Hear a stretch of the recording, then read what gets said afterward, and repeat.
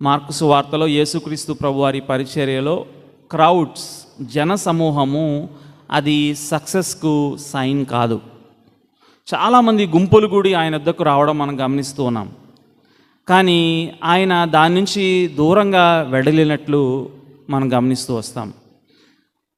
మొదటి అధ్యాయంలోనే 36వ వచనంలో సీమోనును అతనితో కూడా ఉన్నవారు ఆయన్ను వెదుకుచు వెళ్ళి ఆయన కనుగొని అందరూ నిన్ను వెదుకుచున్నారని ఆయనతో చెప్పగా ఆయన ఇతర సమీప గ్రామముల్లోనూ నేను ప్రకటించినట్లు వెళుదము రండి.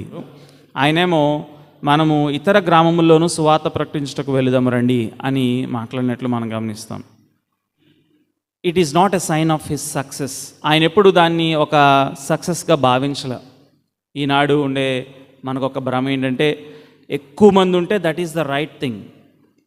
దాన్ని ఏమంటారంటే మాబ్ సైకాలజీ. ఎక్కువ మంది ఉంటే అది సరైనది కాబోలు, మెజారిటేరియన్.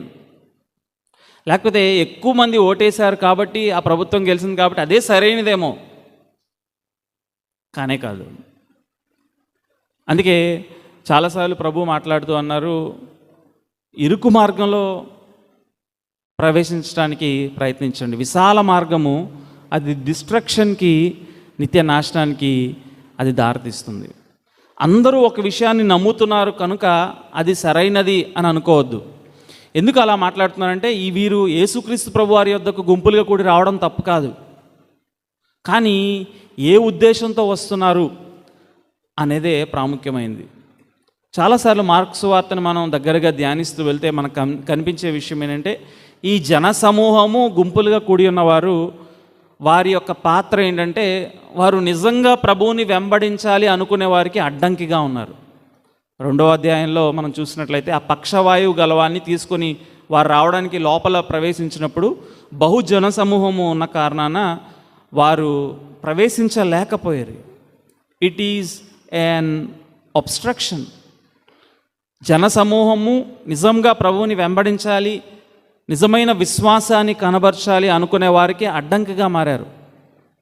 వీరు వెంబడిస్తున్న కారణం ఏంటంటే మనం మొదటి అధ్యాయం నుంచి గమనిస్తూ వస్తాం.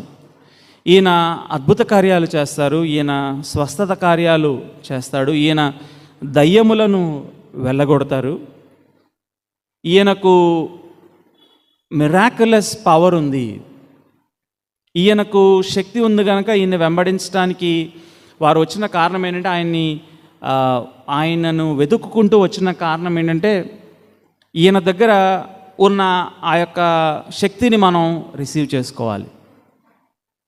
కైసరియా ఫిలిప్పులో అనేక మంది ఆయన మాటలు విన్నప్పుడు అనేక మంది ఆయన విడిచి వెళ్ళిపోతారు ఈ జనసమూహం.